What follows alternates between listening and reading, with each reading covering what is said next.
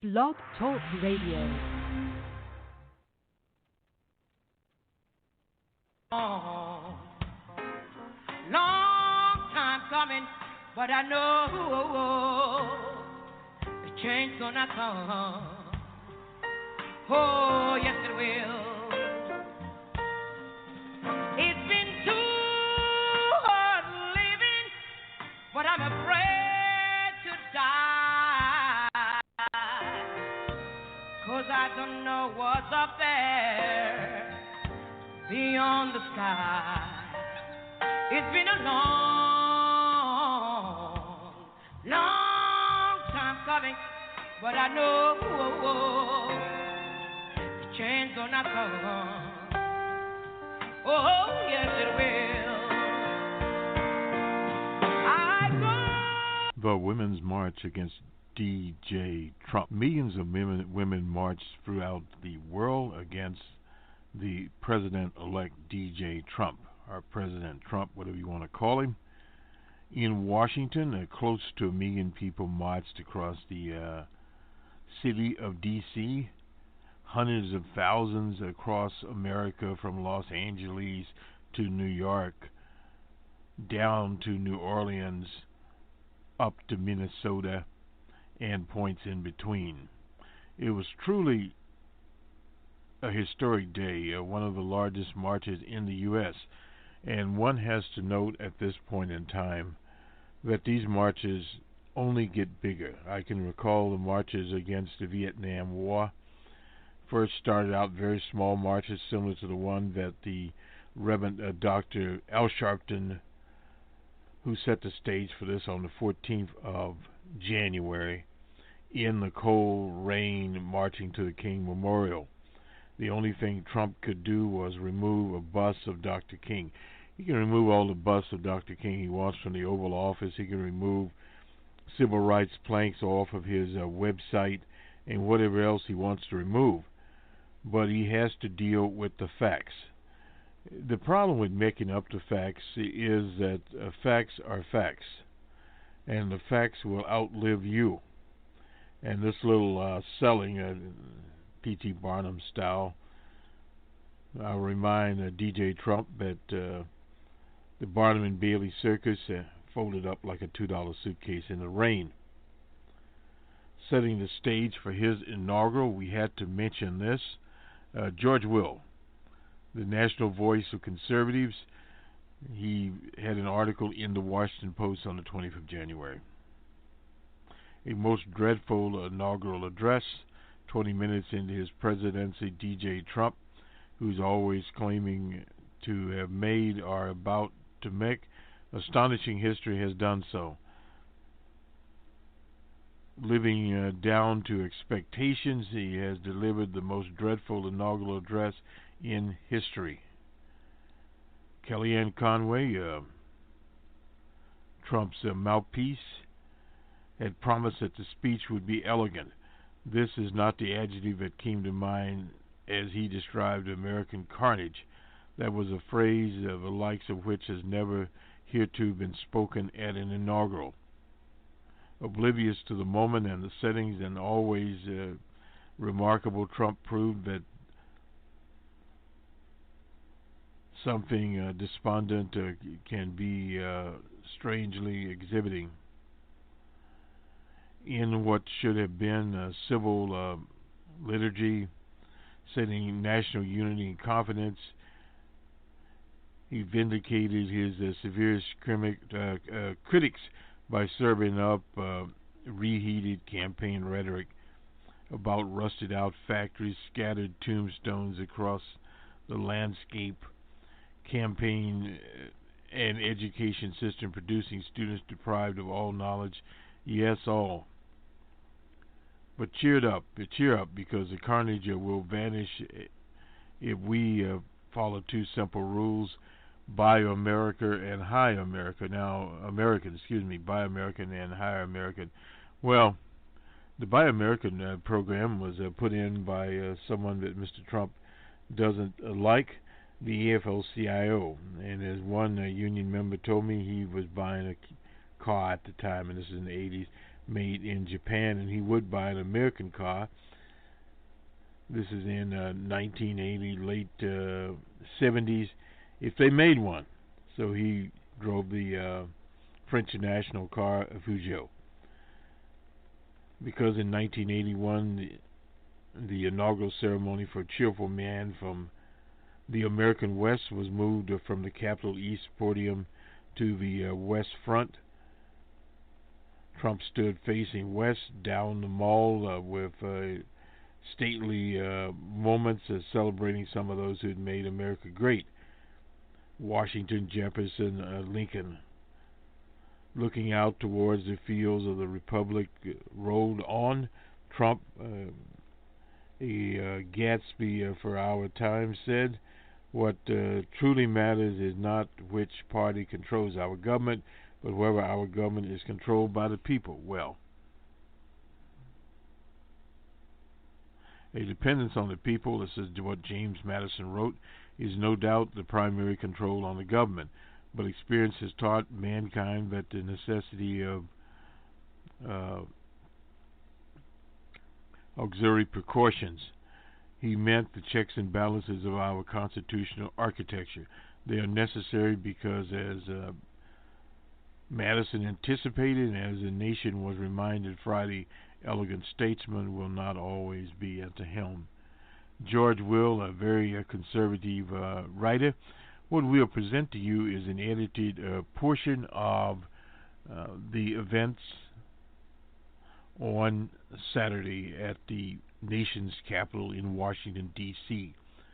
We start off with speeches by our own, we call our own because she used to be the national director of the National Action Network, Tamika Mallory. And then we hear from Judith LeBlanc, who is on our page, a native or an aboriginal from the Caddo tribe of Oklahoma. She was instrumental in organizing the water defenders out in North Dakota. She was out there, and she's in many, many places defending Native American rights, and has done that for many years, at least 30 or 40 years. So we had a mixture of speakers there. Gloria Steinem spoke. We don't have that cut there. And, of course, Madonna ended the show in Madonna style. Now we understand from our newspaper readings that the Secret Service has opened an investigation into Madonna, and that Madonna talked about people dreaming about burning down the White House. She didn't advocate burning down the White House. What she advocated was love, love, love. So I suppose they're going to investigate her for love. It's no doubt something inspired by DJ Trump's 16th Street gang to try to stifle speech. It will have the obvious effect on people. We even seen Noko there, the wife of the slain Beatle, Noko Lennon. She was there. And many others were there speaking. Johansson, the actress, and there's just a whole litany of people that spoke at the march, and they marched. The fact is that there were so many marches that they literally had to change the route. They were going down to the White House past DJ Trump's house to shout, "Our house." But they couldn't get there because of just the sheer numbers. Now, I'm certain that DJ Trump can count. As the days move on, the demonstrations will get more numerous and much, much larger. Recall LBJ commenting on the demonstrators outside of the White House now because of the 9/11 incident. They have moved some barriers, etc. You don't get as close to the White House as you once did, but you do get close enough, and if you are singing, shouting, or beating drums out there, old Trump will be able to hear it, literally. So he'll know the people there. His press puppet didn't answer any questions on the demonstrations, but all he needs to do is look at the news And you'll see demonstrators in Athens, in London, all over the world, Johannesburg, South Africa, in New Zealand, in Australia, all demonstrating against his boss, DJ Trump. So you could say that on Saturday, DJ Trump was still the man of the day, but unfortunately for him, he was turned into the P.T. Barnum of the day, as H would say, and this is not where you want to have the American leader. The polls show his favorability at about 33% to the high 30s. That is not where you want to be when you're coming into the administration. We looked at our model and we set the tipping point, or the model did actually, to about 33. What we mean by tipping point, this is where Trump would start tipping in the wrong direction. You can either go up or go down. G.W. Bush came into office after stealing an election in much better shape than Trump, but he had a 9/11 to boost up his popularity. Period. But DJ Trump does not. What is happening is taking down things from the official White House website, the People's website, taking statues of Dr. King out of the Oval Office and then claim they just moved it to a different place.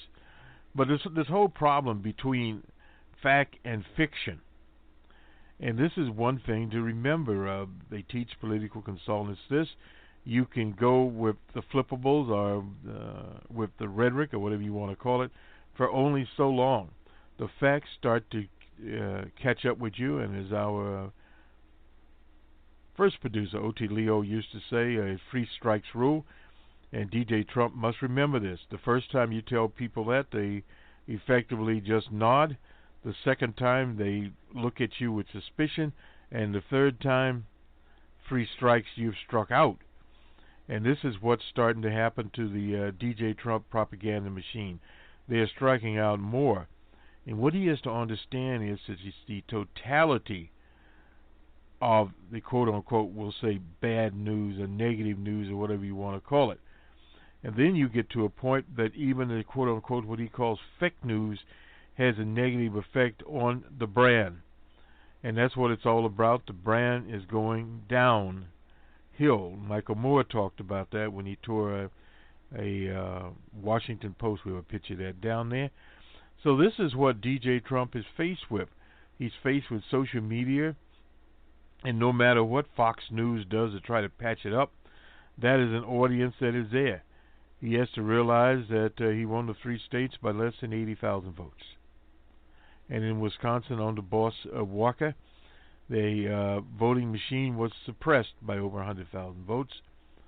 So what we know is the election itself was fixed, an illegitimate election. And as it goes along and more people appear in the street, and that term, he can talk about John Lewis all he wants, is continually repeated, more and more people will remember it. What he has to worry about is the almost 3 million people that voted for the Hillary to Monster Clinton, and the 43% that did not vote.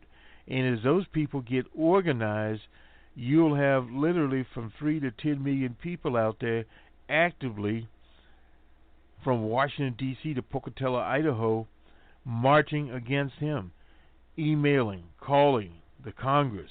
The Congress will get not thousands of phone calls. They will be getting millions of phone calls and emails. All of that will be against DJ Trump. So these are some things he needs to think about. This is Boston Red from WBRN Radio in Boston on the Boston Red Network on the 22nd of January 2017. Have a good weekend, everyone. And the playoffs are today. Atlanta is favored, and so is the Patriots. Can Green Bay rise to the occasion? It would not surprise me at all. A little different situation, however, though, with the Patriots and Steelers. But if the Steelers have a good defense, who knows? They have to play, unfortunately, Gillette Stadium. Good day. Oklahoma, and the director of the Native Organizers Alliance. And I march for my daughter Jenna, my nieces Nora, Marie, and Victoria. We march today for Mother Earth. because water is life. Standing Rock has shown the world our faith, our prayers, people power is stronger than rubber bullets. Across Indian country, generations have suffered from contaminated air, land, and water after fossil fuel corporations ran with their profits. That is real carnage, President Trump.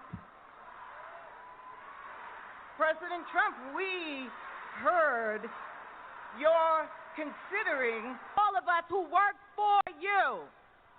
It has been such an honor to work alongside the co-chairs, Bob Bland, Linda Salsor, and the birthday girl who you just heard from, Carmen Perez.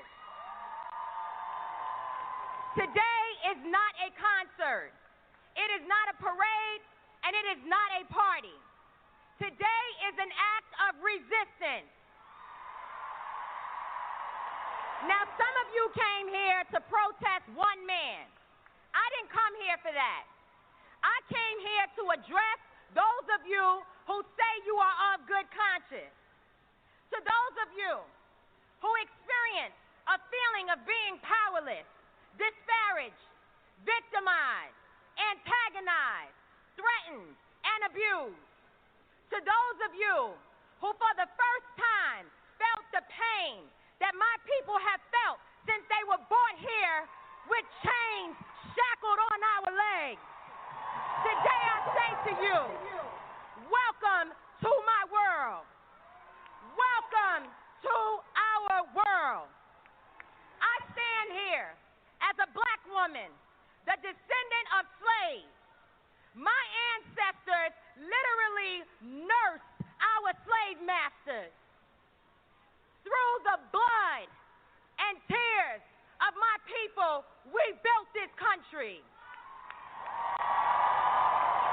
America cannot be great without me, you, and all of us who are here today. Today you may be feeling aggrieved, but know that this country has been hostile to its people for a long time. For some of you, it is new. For some of us, it is not so new at all. Today, I am marching for black and brown lives, for Sandra Bland, for Philando Castile, for Tamir Rice, for Ayanna Stanley Jones, for Eric Garner, for Michael Brown, for Trayvon Martin, and for those 9 people who were shot at the Emmanuel African Methodist Episcopal Church. We have a chance, brothers and sisters, to get this thing right. We can do it if women rise up and take this nation back. When you go back home, remember how you felt. What made you that instinct, that gut, that said I gotta get on a bus, a plane, a train, no matter what, to protect my children? That feeling, take it back with you to wherever it is that you came from today. You have awoken a new and renewed spirit, and I am so excited to be a part of this with all of you. But to be quiet in our whisper, to speak low about it, is not going to get it done. We must be bold the way you were bold to come here in these large numbers today. When you feel that we are not taking care of one another properly, put your feelings aside, put your pride aside, and stand up for the most marginalized people in this society. Because if you stand for them, you stand for all. Dr. King said, I will not remember the harsh words of my enemies. I will remember the silence of my friends. God bless you.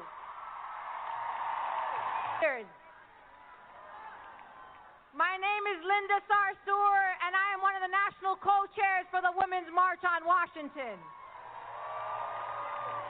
I stand here before you, unapologetically Muslim American, unapologetically Palestinian American, unapologetically from Brooklyn, New York.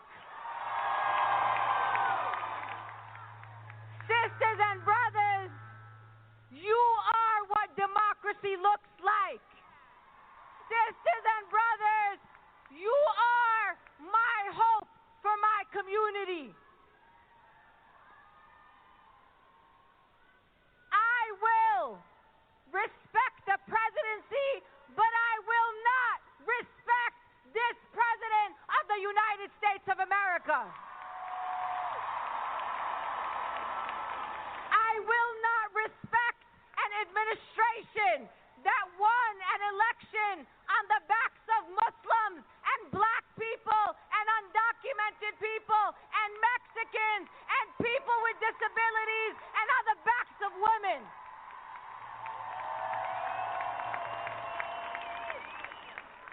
Many of our communities, including my community, the Muslim community, has been suffering in silence for the past 15 years under the Bush administration and under the Obama administration. The very things that you were outraged by during this election season, the Muslim registry program, the banning of the Muslims, the dehumanization of the communities that I come from, that has been our reality for the past 15 years. Sisters and brothers, if you have come here today as your first time at a march, I welcome you.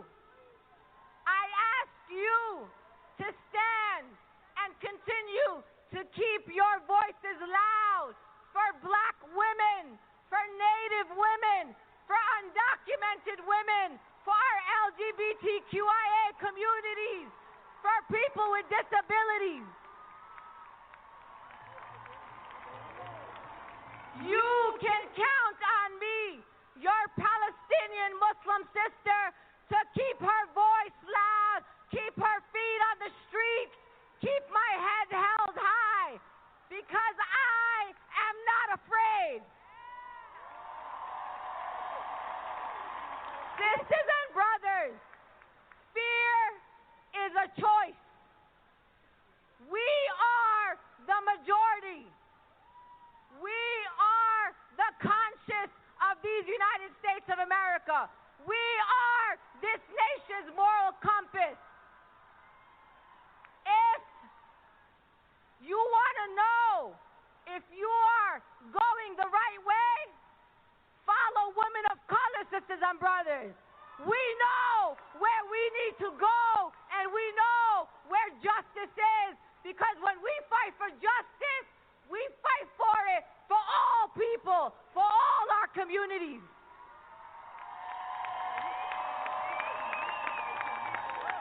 I want to remind you that the reason why you are here today is because mothers and yoga teachers and organizers and bakers came out to organize. Ordinary people made this happen. No corporate dollars, no money from corporations. This is your dollars. This is your work. This is you made this happen. I am honored to stand here today on the stage as a national co-chair with Tamika and Carmen, who are my sisters, but also with my family, because I organize for my mother, I march for my daughters and all of my children. But most of all, I am my Palestinian grandmother who lives in occupied territories, wildest dreams, sisters and brothers, and I'm so proud to be here with all of you. Justice for all. A little chance. Oh, I just like the river I've been running ever since. It's been a long, long time coming, but I know the change gonna come. Oh, yes it will. It's been too hard living, but I'm afraid to die, 'cause I don't know what's up there beyond the sky. It's been a long time coming, but I know the change gonna come. Oh, yes it will. I go to the movie and I go downtown. Somebody keeps telling me don't hang around. It's been a long time coming, but I know the change gonna come. Oh, yes it will. Then I go to my brother and I say, brother, help me please.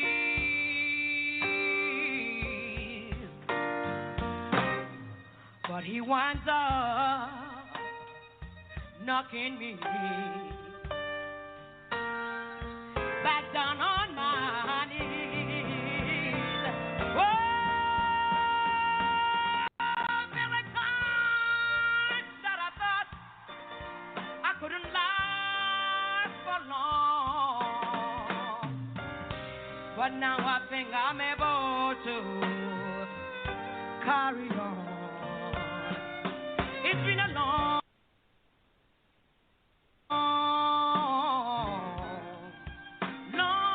time coming, but I know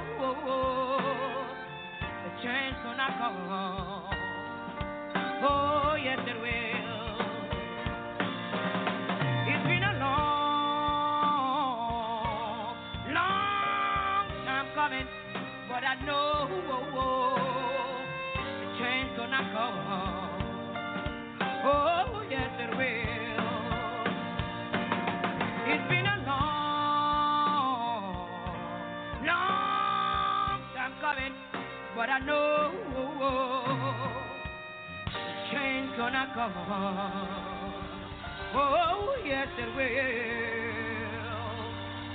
I know the change is coming, and it's gonna come. Thank you. Of Oklahoma, and the director of the Native Organizers Alliance.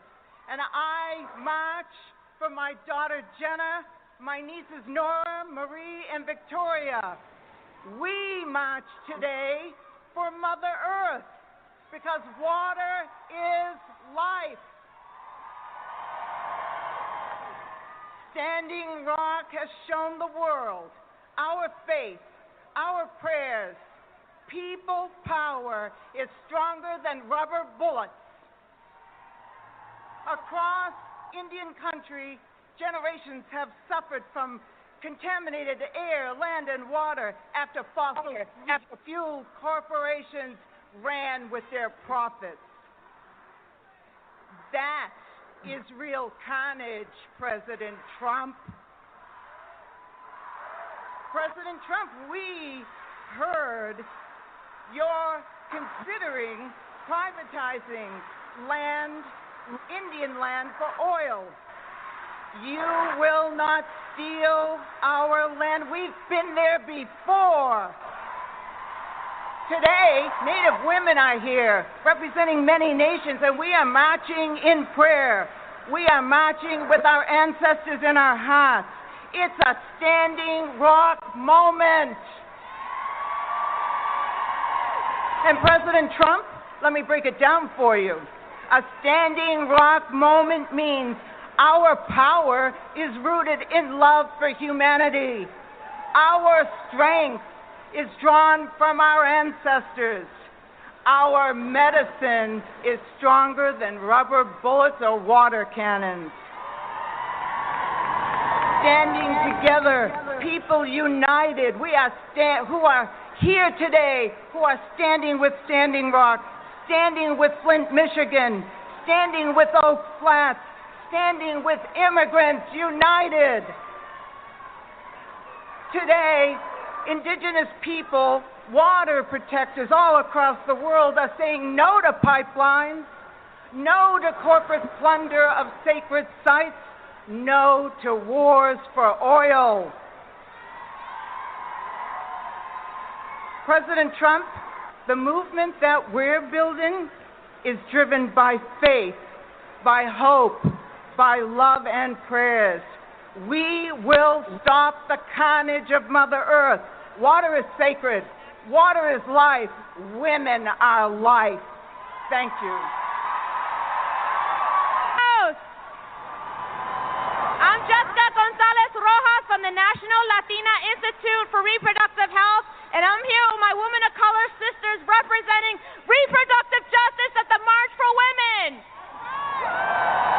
I stand here today to boldly and proudly proclaim in the face of fascism that we stand for health, dignity, and justice for all people, and we will fight against racism, sexism, xenophobia, racism, transphobia, homophobia.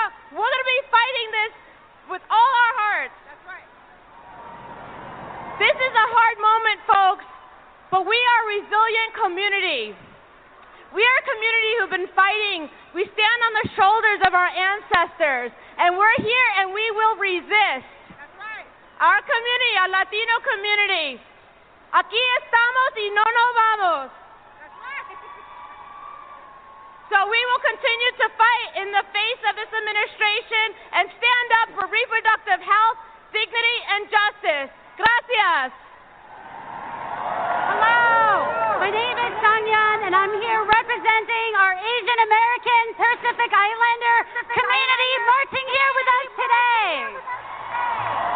I stand here before you as an immigrant from South Korea, a mother of a Korean African American daughter, and I am marching today because we cannot normalize the presidency of someone who does not demonstrate that he values women, immigrants, and people of color.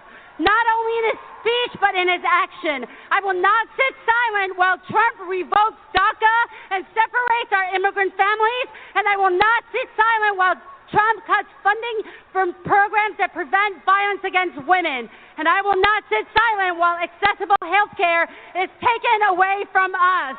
And I will not sit silent while the administration attacks our right to choose if we want to parent, when we want to parent, and how we parent. What's up, everybody? How you doing today on healthy and legal abortions? Because having an abortion is not a sin. It is not genocide. It is our human right. Reproductive justice addresses police brutality because when black men, women, and children are being taken down and have to live a life with fear, that is reproductive injustice. We fight for health care reform because black women are dying at a rate 4 times higher than white women in childbirth, and we must address how racial and gender discrimination still resides in our healthcare system. This reproductive justice movement understands that our movements are inextricably linked. All of us must work together to do this work, to get to freedom and to see justice. We are not afraid to fight for our human right to have children or not. We are not afraid to fight for our human right to live free from violence against our bodies, our families, and our communities. We are not afraid to call out the system of white supremacy that continues to overly criminalize and police and coerce and violate and kill us. We will always resist.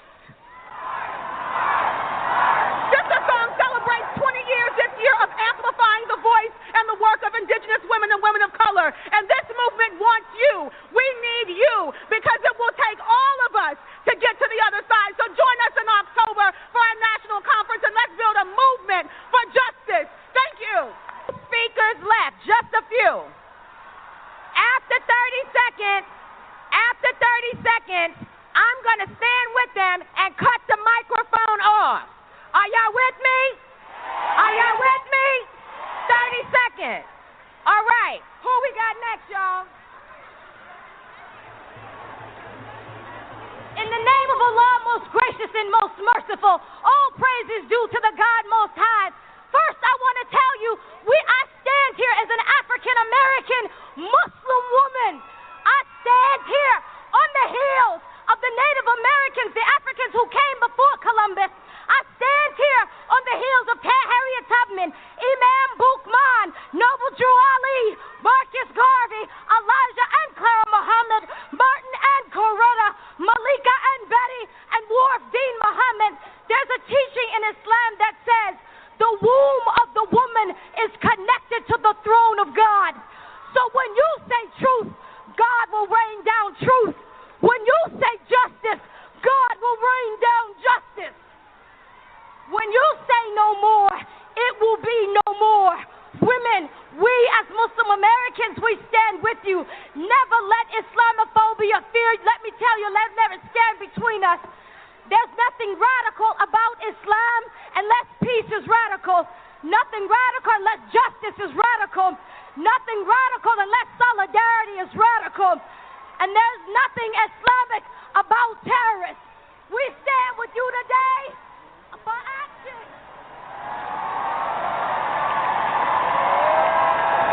I don't know what kind of president you will be, but you are a hell of an organizer.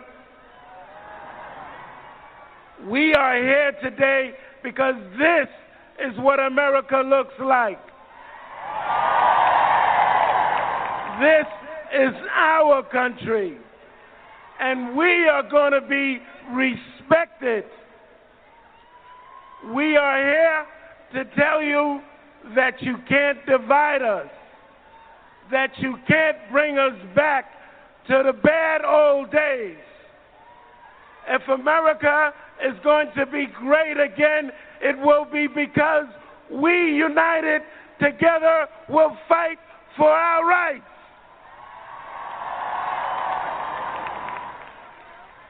We are not giving in, sisters and brothers. We've worked too hard to make the progress that we have. And the fact that you came here today is true, that we in this country will stick together, we will fight together, we will support each other, we will stand up for women's rights, we will stand up for immigrants' rights, we will stand up for workers' rights, we will stand up for human rights, environmental rights.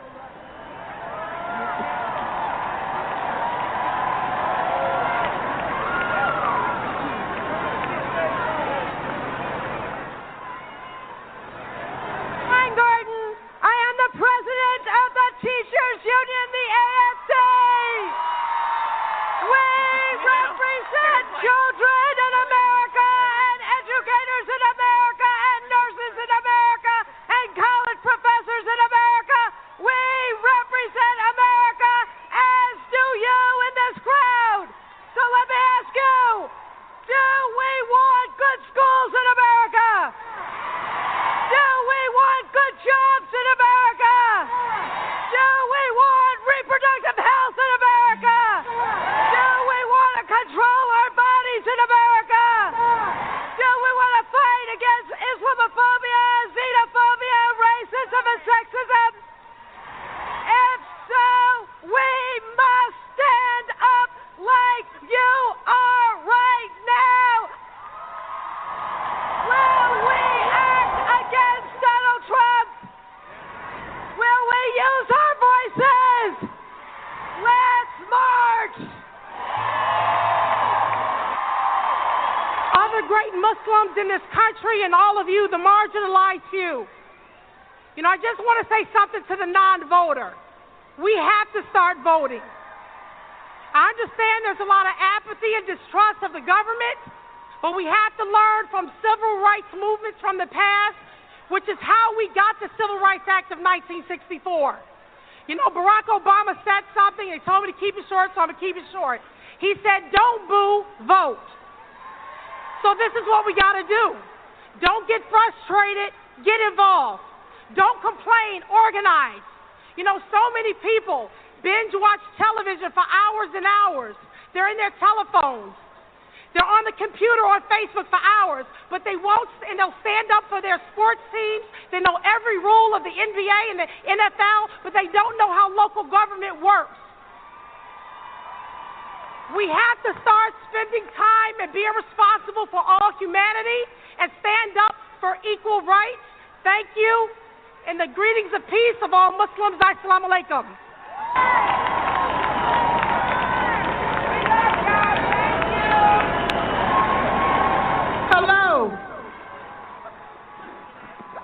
Hello. First of all, I need you guys to do something for us to give us energy, because we're still amateurs at this.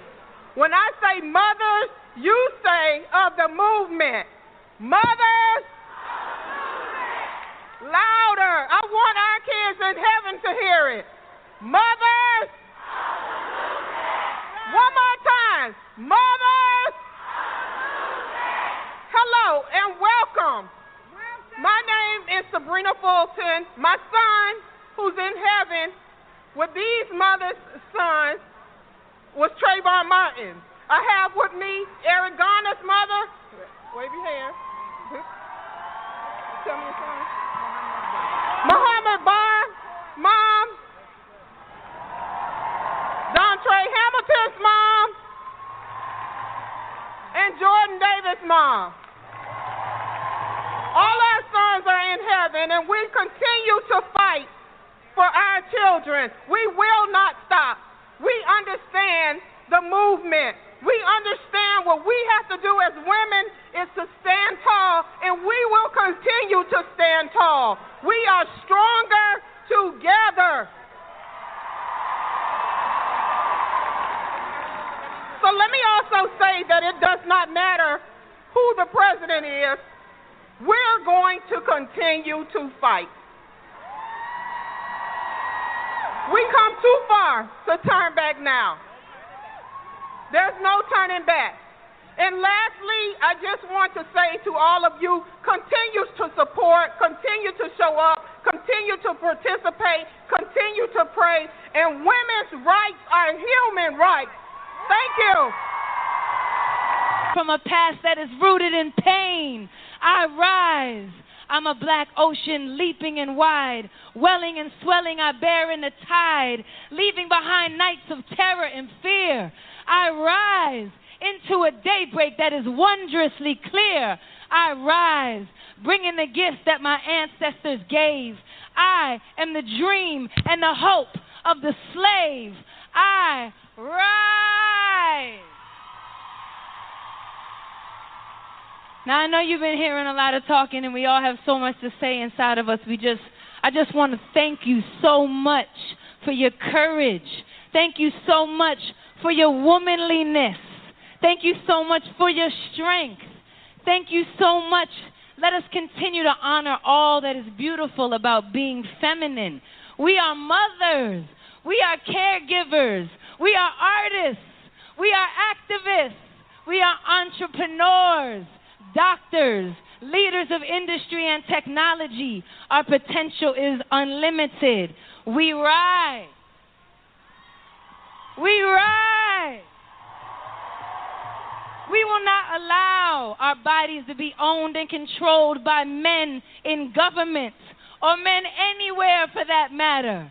We will not allow our compassionate souls to get stepped on. We want the best for all Americans. No hate, no bigotry, no Muslim registry. We value education, health care, and equality.